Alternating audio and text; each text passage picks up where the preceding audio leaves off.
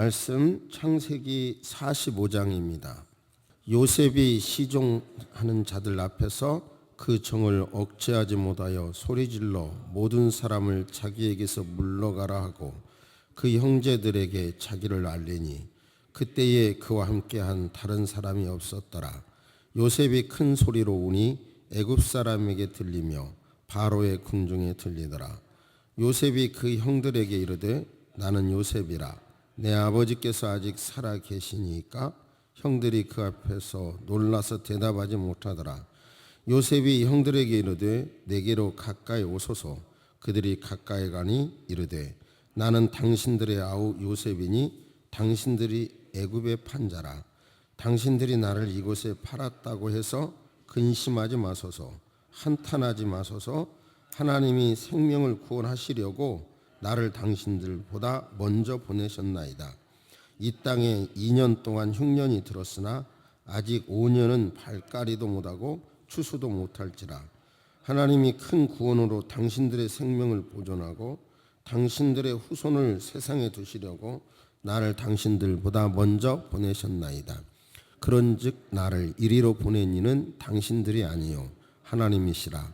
하나님이 나를 바로에게 아버지로 삼으시고 그 온 집의 주로 삼으시며 애굽 온 땅의 통치자로 삼으셨나이다.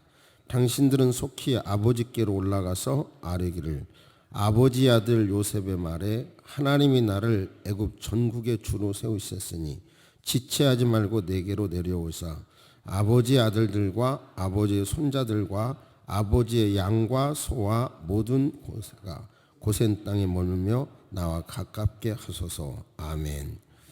하나님께는 경륜이 있습니다.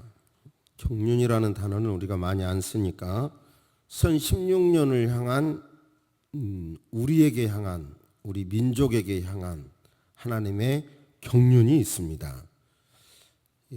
제가 기도하면서 생각할 때 이 하나님께서 가지신 이 경륜은 이 대한민국을 향한 하나님의 경륜은 통일이라고 생각합니다. 그래서 이렇게 통일을 공부한 사람들, 법을 공부한 사람들, 또 신학을 공부한 사람들이 각각 자기 주장 관점에서 통일을 주장합니다. 이런 때 교회가 이 사회에 우리나라 복음이 처음 전래될 때 교회가 이 사회의 빛의 역할을 감당했잖아요. 그때 이 사회는 빛이 되었고 빠른 시간 내에 복지를 이루면서 이렇게 나라가 발전할 수 있었는데 지금 이런 상황에서도 교회가 성경을 중심으로 한 바른 가치관으로 신앙으로 이 민족을 향하여 우리의 교회스러운 성경에 절대 가치를 둔 그런 통일을 위해서 기도하고 우리가 헌신할 때 바로 하나님의 경륜과 일치하기 때문에 그런 개인과 교회에게 저는 복을 주실 거라고 확실히 믿습니다. 쓰임 받으시기를 주의 이름으로 축복합니다. 어저께 밤에 했던 이야기 잠깐 말씀드리면요. 1915년 11월 25일 역사상 가장 완벽한 과학 이론 아인슈타인의 상대성 이론을 발표하게 됩니다. 이제 100년이 지났는데요.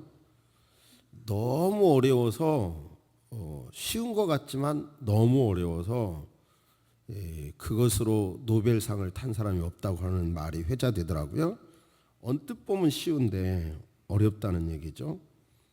쉽게 말하면 똑같은 1시간인데 좋은 사람하고 있으면 빨리 가는 것 같고 아주 스트레스 받는 사람하고 있으면 지독하게 지루하게 가는 것 같다는 거죠.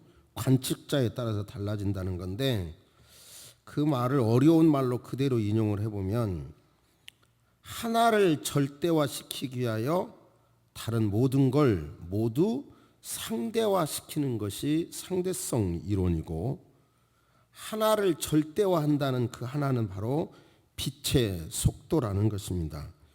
이제 이런 것은 인터넷을 통해서 점점 알아보시고요. 그러니까 하나를 절대화하기 위하여 다른 것을 상대화시킨 사람들, 바울 사도 같은 경우도 그렇죠. 그가 많은 고난을 당합니다. 여러 번 죽을 고비를 당하고 강도당하기도 하고 자지도 못하고 먹지도 못하고 얻어맞으면서도 자기 자신의 모든 누릴 수 있는 것을 배설물로 여긴다. 그러면서 그것을 붙잡습니다. 표대를 향하여 붙잡습니다. 그러니까 쉽게 말하면 우리의 한계를 뛰어넘기 위해서는 다시 한번, 교회의 한계를 뛰어넘기 위해서는 다시 한번 우리가 붙잡아야 할 절대적인 게 무엇이냐, 그걸 붙잡고 다른 것을 설령 놓더라도 그것을 붙잡을 때 회복되게 될 줄로 믿습니다. 예수님도 결국은 십자가 고통이 너무 힘들었잖아요. 그러니까 아버지 너무 힘들어요. 그러나 이거 좀 옮길 수 있으면 옮겨주시되, 그러나 내 뜻대로 마옵시고 아버지 뜻대로 하옵소서. 이 말씀 속에서도 예수님의 절대 가치는 하나님인 거죠. 절대 가치는. 교회의 절대 가치는 영적 공동체입니다. 친목 단체도 아니고요. 오늘날 교회가 사회 봉사를 안 해서 신뢰를 잃었다, 아니에요. 절대로 그렇지 않습니다. 어떤 분이 목회자 세금 문제가 이제 대두되니까 교회가 하고 있는 사회 봉사를 1년 동안 다 스톱해보자. 그러면 얼마나 교회가 감당했던 것들이 국가도 감당할 수 없을 만큼의 큰 영역인가를 알게 될 것이다 라고 주장을 하더라고요. 근데 저는 그것에 동의하지 않고요. 그래서 사회 봉사를 덜 했기 때문에 교회가 신뢰를 잃은 게 아니라, 교회가 교회다운 것, 세상 친목단체가 아닌 친목단체와 다른 교회다움을 잃어버리기 때문에 그렇다고 생각해요. 그렇기 때문에 이 본문 안에서 정말 교회다움이 무엇인지 확실히 깨달으시기를 바랍니다. 저부터서도 여러 번 말씀드렸습니다마는 그 아이와 또는 소니 제품의 조그만한 녹음기, 일본 아이와 제품의 그 조그만한 녹음기 얼마나 갖고 싶었는지요. 저도 그 아이와 녹음기를 사서 이렇게 리핏하는 기능이 있어요. 얼마나 좋은지. 근데 그걸 3개를 샀는데 하나는 잃어버리고 하나는 아들한테 뺏기고 이랬는데요. 그렇게 좋은 거예요, 그 녹음기가. 근데 우리 국산 제품은 사보면 도저히 그 수준에 못 미치잖아요. 단단하기도 그렇고 녹음도 해봐도 질이 떨어지고. 그러다가 아날로그 시대는 못 따라가지만 디지털 시대로 탁 바뀌니까 소형 녹음기가 이제 완전히 일본을 제패해버리잖아요. 그죠? 일본이 이제는 못 따라오고 소니는 이제는 허덕허덕하게 되고 이렇게 되는 거예요. 그러니까 교회의 한계, 저와 여러분의 한계도 이 본문 안에서 나온 이런 그 전환을 확 하게 되면 우리가 평생 넘지 못하는 영적인 한계, 육체적인 한계를 뛰어넘는 그런 놀라운 일들이 저는 벌어질 것이라고 믿습니다. 할렐루야. 본문을 소개합니다. 요셉이 태어나자 아버지는 편애하게 됩니다. 요셉을. 그리고 요셉이 꿈 이야기하는 것이 형들에게는 심한 자극이 됩니다. 괴로움이 됩니다. 그래서 결국은 형들은 요셉을 미워했고 마침내 죽이려 하다가 팔아먹습니다. 파란만장한 삶을 지내던 요셉은 보디발 장군을 집을 거쳐서 감옥을 거쳐서 미래를 내다보는 꿈을 해몽하게 됩니다. 그것으로 애굽의 총리 대신이 되죠. 이제 그 꿈대로 풍년이 다가왔고, 따지고 보면 인류 역사상 가장 최초의 커다란 어떤 투기 종류죠. 이쪽에 보면 그런 일을 좋은 말로 하면 잘 대응을 해서 나라가 이제 건강하게, 오히려 어려운 때 건강하게 되죠. 나라가 튼튼해지게 되죠. 그런데 이제 그 야곱의 가족들은 그저 먹고 사는데 지지고 볶는데 급급하다가 풍년이 될 때도 그냥 그렇게 지내자 흉년이 들자마자 바로 그들은 곡식으로 고통당하게 됩니다. 그래서 그 곡식을 이제 사기 위하여 애굽으로 오게 되죠. 그때 이제 벌써 요셉은 자기 형들을 알아보게 되고 누명을 씌우잖아요. 뭐 여기 본문이 핵심 여기가 아니니까 대강 설명합니다. 누명을 씌워서 시므온을 볼모로 잡고 다음에 올 때는 자기의 젖동생인 그 야곱에게는 부인이 4명이었잖아요. 그러니까 자기의 젖동생인 막내를 데리고 오라 그렇게 하죠. 그런데 이제 가서 그 사실을 말하자 그렇게 약삭 빠르고 술수에 능한 야곱도 이제는 다음에 가게 될 때 하나님의 뜻에 맡깁니다 하고, 다른 때 같으면 분명히 다른 종을 갖다 세워가지고 베냐민이라고 했을 것 같은데요. 이제 하나님께 맡기고 그대로 베냐민을 들여서 보내게 되지요. 그런데 이제 그 설득을 하는 과정에서도 제가 만약 베냐민을 아버지께 다시 데려오지 못한다면 제 2 아들을 죽이셔도 좋습니다. 베냐민을 제게 맡겨주십시오. 아버지께 꼭 데리고 오겠습니다. 루벤이 이렇게 설득하는 걸 보면 이제 이 집안에도 상당히 이제 배려가 있고 그렇게 자기 중심이 아닌 가족 중심의 공동체 중심의 그런 것이 이제 드러나게 되죠. 이제 요셉이 자기 형들을 이제 2번째 이제 그 묘하게 그를 얽어맨 다음에, 그런데 그것이 억지로 한 것을 알게 되죠. 그래서 본문에 요셉이 그 정을 억제하지 못하고 모든 사람을 절로 가라 물러가게 하고, 그리고 자기 형제들에게 자기 정체를 밝힙니다. 그리고 요셉이 큰 소리로 웁니다. 그 울음소리가 너무 커서 애굽 사람에게 들렸고 바로의 궁중에게까지 들립니다. 요셉이 그 형들에게 말합니다. 자, 이렇게 말하는 대목이 이제 완전히 전환되는 말인데요. 내가 요셉입니다. 내 아버지께서 아직 살아 계십니까? 라고 묻습니다. 형들은 차마 대답하지 못하죠. 요셉이 형들에게 가까이 오세요.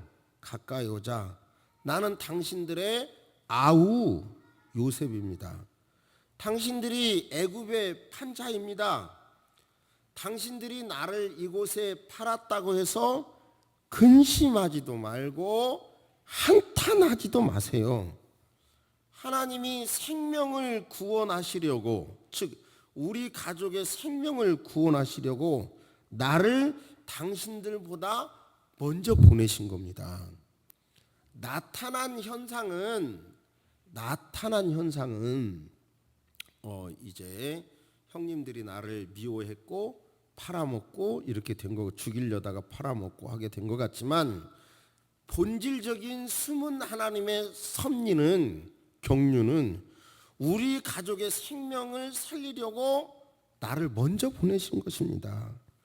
지금 2년 동안 흉년이 들었으나 아직도 5년 흉년이 남았습니다. 그러니까 가서서 아버지에게 이 사실을 잘 말씀하시고 이제 아버지와 아들과 손자들까지 가족들을 다 데리고, 지체하지 말고 데리고 오세요. 그러면 제가 가족뿐만 아니라 아버지의 양, 소, 모든 소유까지도 다 잘 살 수 있도록 제가 가서 제가 잘 봉양하겠으니까 아버지에게 속한 모든 사람과 짐승에게 부족함이 없도록 하겠으니까 그러니까 가서 모시고 오세요. 이렇게 말합니다.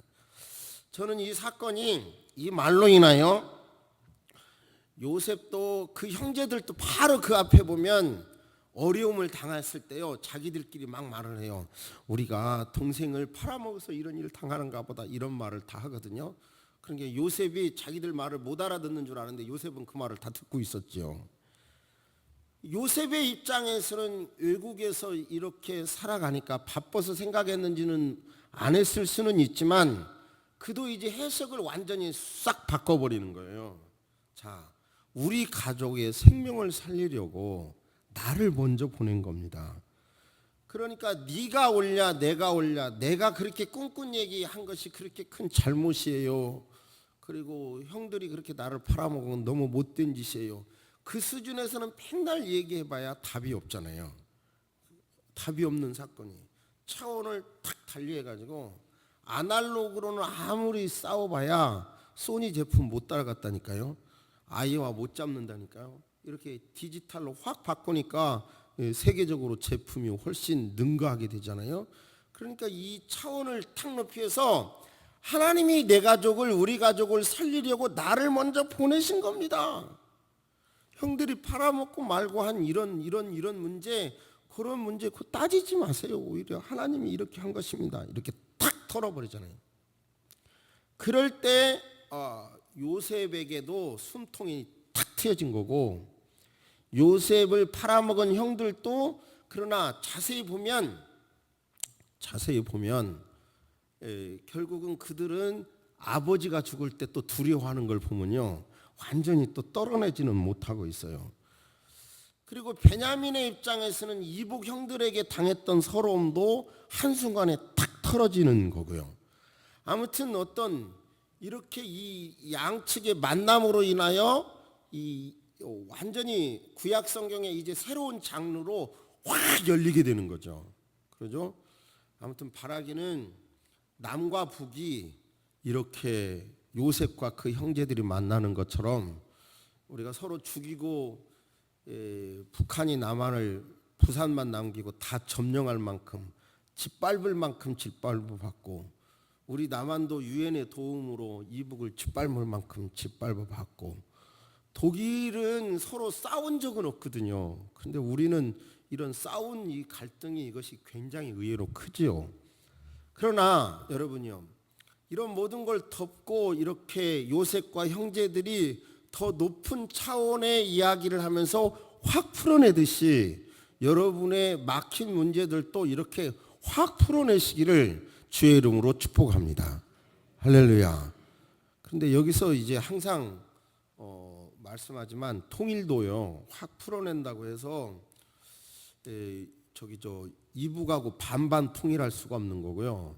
대한민국 헌법이나 모든 것은 자유민주주의로 통일인 거죠. 그렇기 때문에 회의해 갖고는 안 되고, 오히려 우리가 이북이 스스로 남한의 체제를 따라올 수 있도록 우리가 성숙하고 발전할 수밖에 없다고 저는 생각하는데, 그러기 위해서 저와 여러분이 기도해야 된다고 생각합니다. 할렐루야.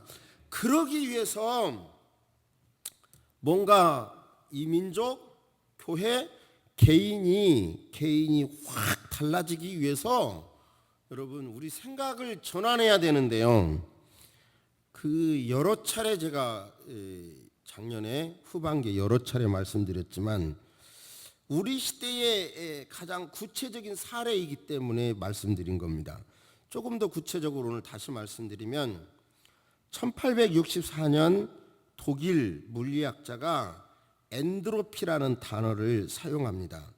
쉽게 말하면 물질 세계는 점점점 질서에서 무질서로 간다는 거예요. 쉽게 말하면 저도 그런 모습이 너무 그리운데, 이렇게 시골에서 불을 떼면 굴뚝에서 이렇게 연기가 모락모락 오르는 모습이 얼마나 아름다워요. 근데 이렇게 모락모락 오르지면 그렇게 아름답게 질서 있게 나오기 시작한 연기가 시간이 지나면서 확 이렇게 퍼져서 흩어져 버리잖아요. 그러죠? 그런 걸 말합니다. 엔트로피 법칙이라는 게 말하자면 철 같은 경우도 녹이 쓸어가잖아요. 나무도 언젠가 쓰러지게 되고 썩게 되고.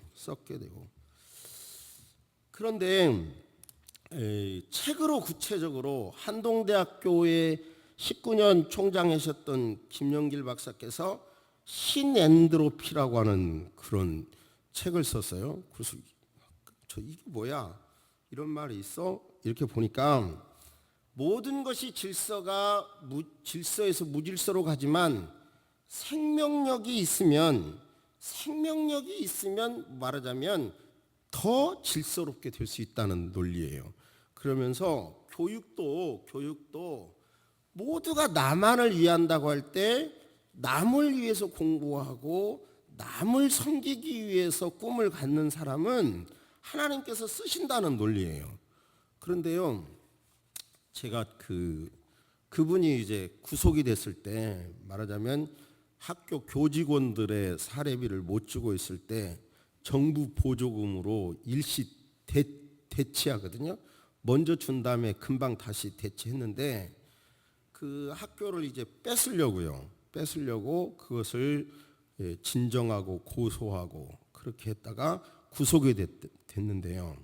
참 기가 막힌 사실은요. 여기서 또 중요한 얘기예요. 여러분 프리메이슨이라고 하는 얘기 들어보셨습니까? 그게 무슨 얘기냐면 모든 종교 의식을 기독교, 천주교, 불교 모든 의식을요 이렇게 전부 다 통틀어서 한다고 하면서 주장을 하면서 세계의 유수한 사람들이 프리메이슨에 가입을 한다는 거예요. 가입을 했고 우리 한국에도 지부가 있는데 말하자면 교회를 파괴하고 천주교나 교회를 파괴하고 또 다른 주장에 하면 세계 통합 정부를 설립하겠다는 그런 단체가 프리메이슨인데요. 그 김영길 총장이 프리메이슨이라고 막 외치는 거예요. 기독교 안에서.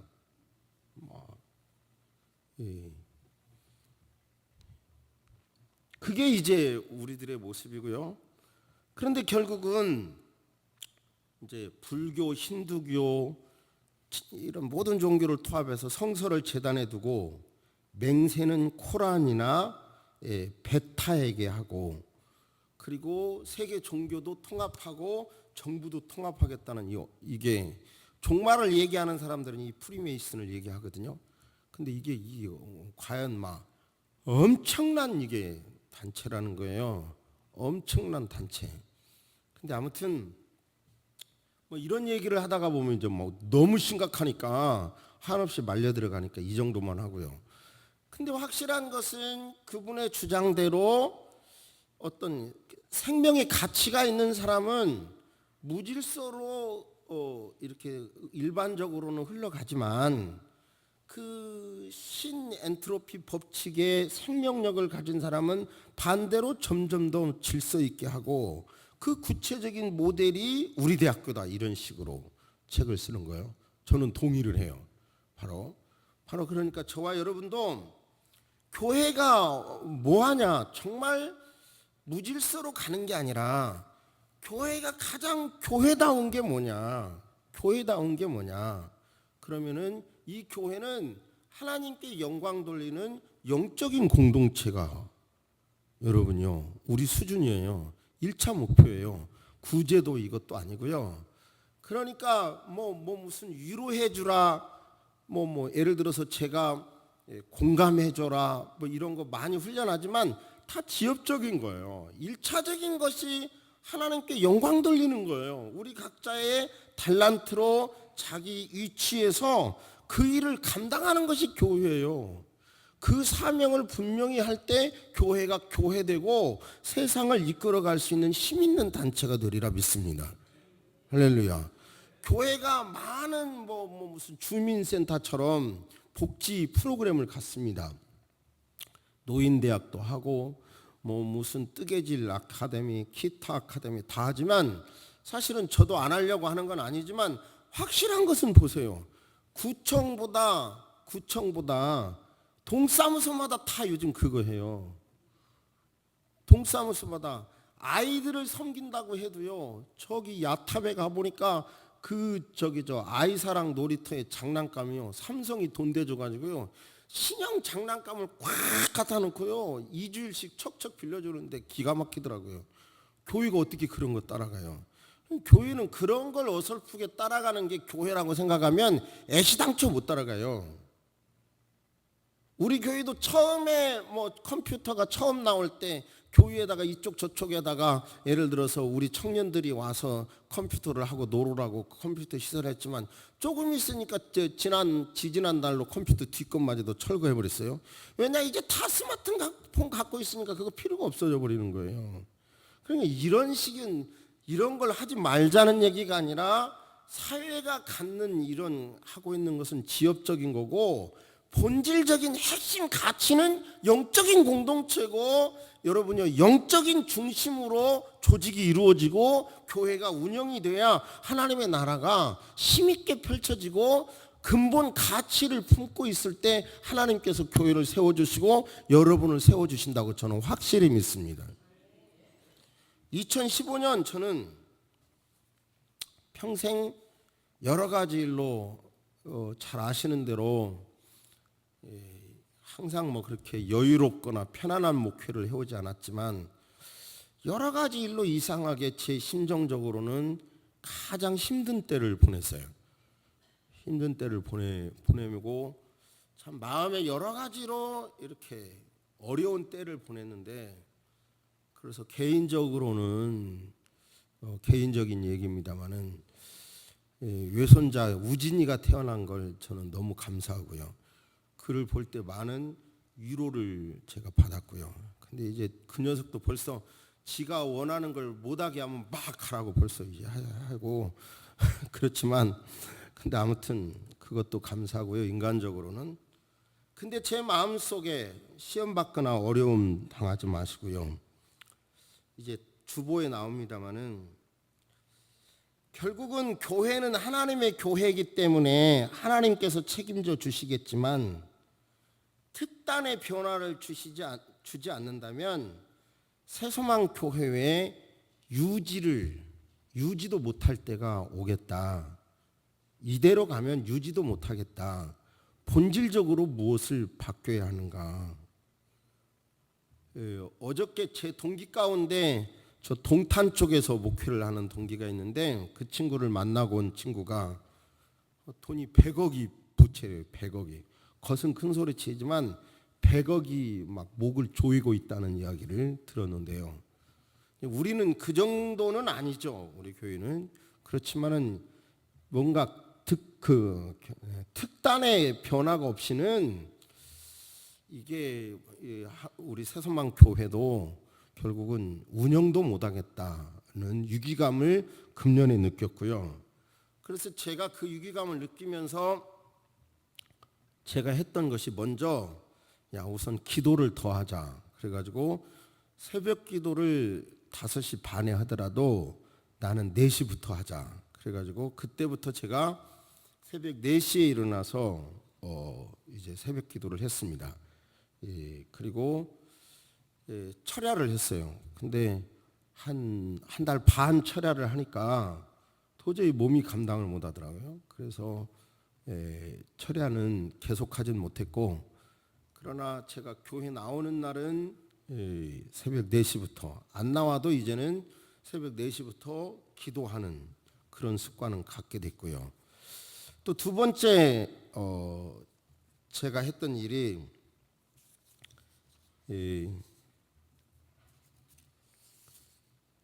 임마누엘 동행기를, 이거를 성도들이나 나나 하나님이 멀리 있는 게 아니라 늘 가까이 있다는 것을 느끼게 하기 위해서, 그리고 육체도 건강하고 정신도 건강하고 영적으로 하나님과의 동행을 할 수 있도록 임마누엘 동행기를 이제 구체적으로 적용해 가지고 이렇게 제 자신이 실천을 해봤어요. 제 자신은 2014년부터 실천을 해보고 2015년부터 교인들에게는 이걸 주창을 했는데, 해보니까 전에 느끼지 못했던, 일마다 때마다 이거 하나님 어떻게 해요? 라고 물어보니까 굉장한 지혜가 임하더라고요. 그러니까 지난주에 제가 신방 갔다가 얼굴이 하얘져 가지고 뭐 막 배가 막 끓는 듯이 아프고 잘라내는 듯이 아프고 그래서 이 손발을 다 따고 그 자리에서 몇 군데 따도 바늘로 땄어요. 그런데 땄는데도 아파서 병원에 가다가 하나님 이때 내가 어떻게 해요? 물어봤더니 한번 실험할 필요가 있더라고요. 그래서 다시 사무실로 와가지고 기계로 손발을 다 따고 안 아파도 그래도 여전히 아파서 이건 다른 문제가 있다 하고 제가 치료를 받는 제 자료가 다 있는 서울대로 갔고 서울대로 갔더니 이제 제 아내도 여기 오기 참 잘했다고 그러더라고요. 즉 일마다 때마다 하나님 이 일은 어떻게 해요? 이렇게 물어보면 그냥 혼자 턱 저지르는 게 아니라 일마다 때마다 턱 이렇게 물어보면 의외의 어떤 답이 오더라고요. 그러니까 이런 것도 성도 여러분도 해보시라고요. 점치는 게 아니라 묘한 하나님과의 피드백이 있다니까요. 그 다음에 제가 시도해 봤는데 몇 번의 개인전도 훈련도 받으면서 개인전도를 시도해 봤어요. 그런데 그래서 이제 우진이를 데리고 주로 낮에 움직이는 사람들을 접근하기 위해서 놀이터에서 우진이를 데리고 이렇게 같이 주보를 주고 하니까 말이 쉽게 이게 담 없이 받아들이더라고요.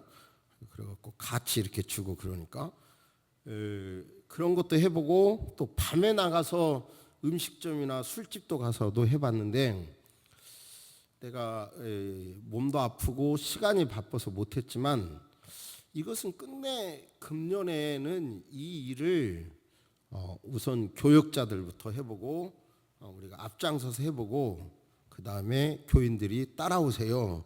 팔로우미 해야 되겠다 이런 생각을 했고요.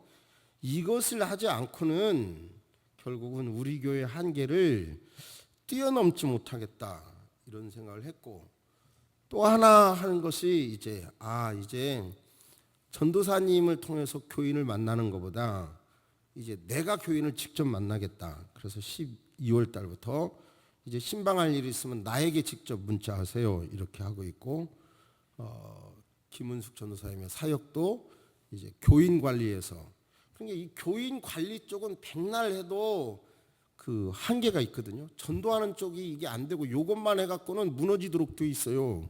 안 그래요? 다 이사 가고 다 이렇게 하도록 돼 있고 그래서 이렇게 또 시도해 보려고 했고 그 다음에 제가 생각할 때 가장 성경적인 설교가 뭔가 가장 성경적인 설교 전통적인 설교 내려놓고 설교학을 전공한 박사로서 학자로서 이 시대의 가장 저기가 뭔가 쉽게 말하면 제가 생각할 때 주기철 목사님이나 손양원 목사님 같은 경우는 신사참배가 죄다 외치고 한국 교단이 그냥 신사참배해도 된다라고 주장하지만 그것은 죄다라고 주장하고 자신의 모든 것을 다 잃으면서도 순교하면서도 성경의 지시를 따라가잖아요. 이것은 잘못이다. 일본이 이렇게 하는 건 잘못이다. 그러잖아요. 근데 제가 지금 볼 때 대한민국은 지금 익산에 50만 평을 허가를 해서 공사를 하고 있는데요. 이슬람의 어떤 할랄 식품 단지를 이거가 완성이 되면 이제 이슬람은 뭐 우리 대한민국에 엄청 오게 됩니다. 이게 한국으로 들어오는 루트가 돼요. 이제 그런데 대한민국은 종교 자유가 있는 나라이기 때문에 이슬람만을 믿지 말자고도 할 수 없는 거예요. 이거 쉽지가 않는 얘기입니다.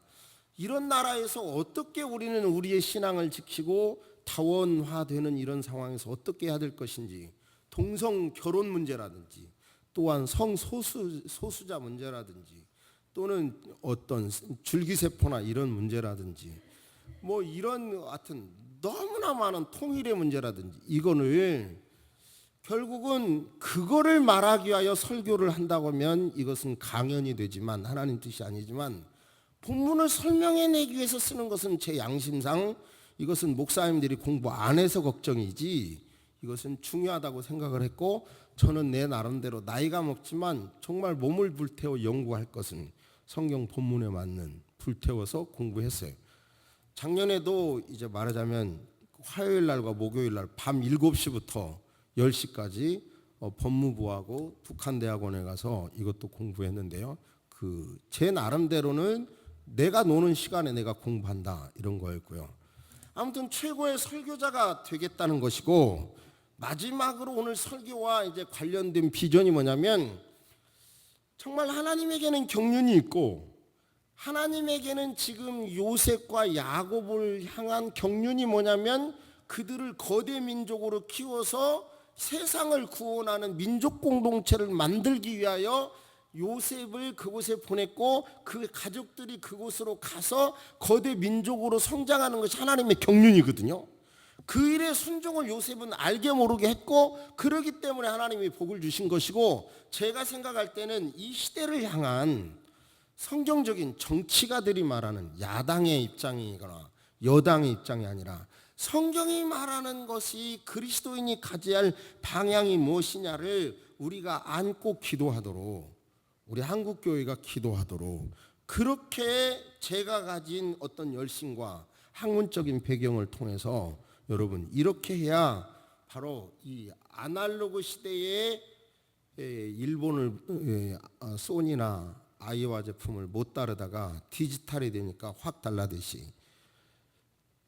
사도 바울 사도께서 모든 걸 배설물로 여기고 주님이 주신 표대를 향하여 이렇게 확 잡을 때 그를 통하여 인류의 역사가 달라졌듯이, 예수 그리스도께서 하나님의 뜻을 위하여 내 뜻대로 마옵시고 아버지 뜻대로 하옵소서라고 말할 때 역사가 확 달라졌듯이, 우리가 소박한 개인이라 할지라도 이런 일을 위하여 기도하고 이런 나라가 되도록 기도하고, 우리가 하나님의 경륜과 합한 기도를 하고 교회가 그런 꿈을 가질 때, 저는 우리 교회가 작을지라도 역사에 크게 쓰임 받는다고 믿습니다.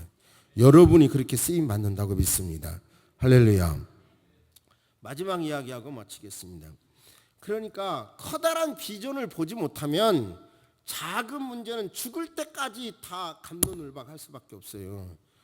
요셉도 결국은 우리 가족을 살리려고 하나님 나를 먼저 보내주셨어요, 이렇게 탁 털어 높은 차원의 딱 비전을 제시하니까 거기에서 자기도 풀어지고 다 풀어지듯이 높은 차원의 비전을 가지시기를 2016년에 나 먹고 살기도 바쁜데 그게 무슨 말이에요 라고 하지 마시고, 그렇다 하더라도 꿈을 가지시고 기도하실 때 하나님이 우리를 들어서 사용해 주시리라 믿습니다. 할렐루야. 1944년 6월 6일 연합군 100만 명이 투입이 돼가지고 노르망디 상륙작전을 시작합니다. 많은 사람들은 말합니다. 만약 이 노르망디 상륙작전에 실패를 했다면 지금 전 세계는 우리 대한민국부터 일본의 천황을 모시고 살 거는, 그 전쟁, 그 작전을 실패했다면 독일과 일본이 전 세계를 지배했을 거라는 것입니다. 그런데 확실한 것은 이 연합군들은 바로 노르망디가 아닌 독일군들이 지키고 있는 곳은 영국 해협을 건너 가까운 그곳에 있을 거라는 거예요. 노르망디가 아니라 다른 데를 지키고 있을 거라는 것을 아이젠하워 사령관과 몽고베리 장군은 확실히 알고 노르망디로 상륙작전을 했어요. 그들은, 독일군들은 칼레라고 하는 곳에서 지키고 있을 거라는 것을 확실히 알고 있었어요. 그래서 노르망디로 상륙작전을 감행했고 그것이 성공해가지고 2차 세계대전을 성공할 수 있었다는 거예요. 그런데요, 이 엄청난 인류 역사의 운명이 갈라지는 이 순간에 어떤 한 사람의 획기적인 헌신이 있었냐면, 당시 독일은 세계 최고의 암호 기술인 애니그마라고 하는 기술을 갖고 있었대요. 수학의 둔재라 잘 모르겠고 엄청난 그 확률을 풀어내는 것은 불가능할 정도였는데, 영국의 수학자 앨런 듀링이라고 하는 사람이 바로 그 암호를 풀어냅니다.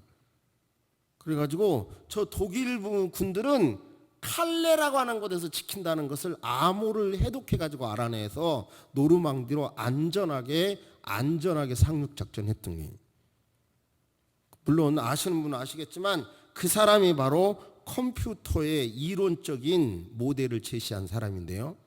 그런데 한 사람의 헌신이 이렇게 인류의 역사를 달라지게 할 수 있습니다. 한 교회의 바람직한 성경적인 대안은 성부, 성자, 성령님이 도우실 것이기 때문에 그를 통해서 하나님의 경륜을 이루시리라 믿고, 세수만 교회 안에서도 하나님의 경륜과 일치된 그런 것을 기도할 때 하나님께서 축복해 주시고 인도해 주실 줄로 믿습니다. 2016년 이날 주시는 하나님의 메시지를 여러분이요, 하나님께서 나에게 주시는 음성으로 듣고, 이제 화해라고 하는 것은, 화해라고 하는 것, 작은 차원의 것을 놔두고 높은 차원 것을, 교회는 교회로서의 본질, 통일은 통일로서의 평화 통일의 본질, 이런 것을 붙잡고 그 양보할 수 없는 절대 가치를 붙잡고 나머지 것은 양보하고 이해하면서 여러분 확 트여서 2016년이 시온의 도로가 여러분에게 확 열어지시기를 주의 이름으로 축복합니다. 비록 키는 똑같고 살고 있는 집은 똑같고 통장의 잔고 상태는 똑같다 하더라도 저와 여러분의 마음이, 이 눈이, 의식이 달라지면 차원이 분명히 영적 차원, 기도하는 차원, 모든 차원이 달라지게 되고 여러분과 여러분 자손을 사용하는 하나님의 놀라운 은혜가 달라지게 될 줄로 믿습니다. 할렐루야, 아멘. 하나님 아버지, 사랑하는 전라북도 익산에 지금 할렐 식품단지가 50만 평이 지금 공사가 한참 진행되고 있습니다. 그리고 하나님 아버지, 그것이 만약에 완성이 되면 아버지, 굉장히 많은 이슬람 사람들이 상주하게 되고 치유의 복권 지역이 되고 우리나라를 최고의 정복 선교 대상지로 삼고 있기 때문에 어떤 일이 벌어질지 모르는 상황입니다. 아버지 하나님, 우리가 바른 신앙, 아버지 가장 성경적인 신앙, 아버지 소유할 수 있도록 도와주옵소서. 아버지, 종교의 자유가 있는 나라에서 섣불리 또 잘못 말할 수도 없는 상황이고, 아버지 하나님, 이제 평등을 주장하는 이런 법률도, 차별금지법도 국회에 이제 소위원회 통과한 정도인데, 이것이 통과되면 잘못된 종교를 말할 수도 없는 이런 상황입니다. 잘못됐다고 말하면 당장 벌금을 내야 되는 이런 상황이 대한민국에 펼쳐지게 될 겁니다. 이런 상황은 일제가 신사참배하려고 했던 그때보다도 더 악한 많은 일들이 지금 벌어지고 있습니다. 인권이라는 이름으로 벌어지고 있고 나름대로 가치가 있는 일로 전 세계적으로 아버지 우리를 우겨싸서 강요하고 있습니다. 이런 것이 받아들여지면 우리가 믿는 성경의 근본 가치가 무너지는 상황에서 하나님, 과연 우리는 어떻게 기도해야 할 것인지, 이 민족을 향하여, 한국 교회를 향하여 우리가 가진 경험과 지식으로 어떻게 섬겨할 것인지, 항상 우리만 바라보던 시각에서 하나님, 우리 기도가 이 민족을 끌어안고 통일 한국을 성경적인 방안을 제시하면서 끌어안고 기도하게 될 때 우리의 한계를 뛰어넘게 될 줄로 믿습니다. 결국은 요셉에게도 그에게 향한 하나님의 경륜이 있었습니다. 우리가 볼 때는 분명히 하나님은 야곱의 12자손을 통해서 거대한 아버지 사명 공동체를 만들기 위해서 바로 애굽에서 거대 족속으로 성장해야 했습니다. 그 일을 요셉은 때로는 억울한 일을 당하면서도 알게 모르게 순종하게 될 때 그를 통해서 하나님의 역사가 이루어진 것처럼 우리가 의식을 가지고 이 민족을 향한, 우리를 향한, 우리 교회를 향한 아버지 하나님, 하나님의 경륜을 묻게 하시고 그 일에 힘이 없을지라도 순종할 때 우리를 통해서 아버지 하나님의 나라가 이루어지게 될 줄로 믿습니다. 약한 자 같으나 강한 자로 사용해 주실 줄로 믿습니다. 하나님 아버지, 지난 수십 년 동안 목회한 것을 돌이켜볼 때 늘 현상 유지만 급급했사옵고 작년에는 치명적으로 현상 유지도 솔직히 어려웠습니다. 이제 아버지 하나님, 기도하는 것은 모든 것을 하나님께 내어 맡기고 가장 성경적인 교회 되기 위하여 담임 목사부터 교역자 그리고 모든 직분자들이 자기에게 주신 그런 사명에 이취해서 최선을 다할 수 있도록 도와주옵소서. 그래서 성경이 말하는 가장 건강한 교회, 교회다운 교회를 우리가 이룰 수 있도록 도와주옵소서. 그럴 때 새 장을 열어 주실 줄로 믿습니다. 지금은 우리 주 예수 그리스도의 은혜와 우리 하나님의 놀라우신 사랑과 성령님의 감화 감동 교통하심이 하나님 경륜에 맞는 비전을 설득하고 설정하고 다른 사람을 설득할 때 살아남는 수많은 반대 세력이 있어도 살아남는 실증들을 보면서 그렇게 살아보겠다고 다짐하는 모든 성도 위에 이제로부터 특별히 2016년 동안 영원토록 함께 있을지어다. 아멘.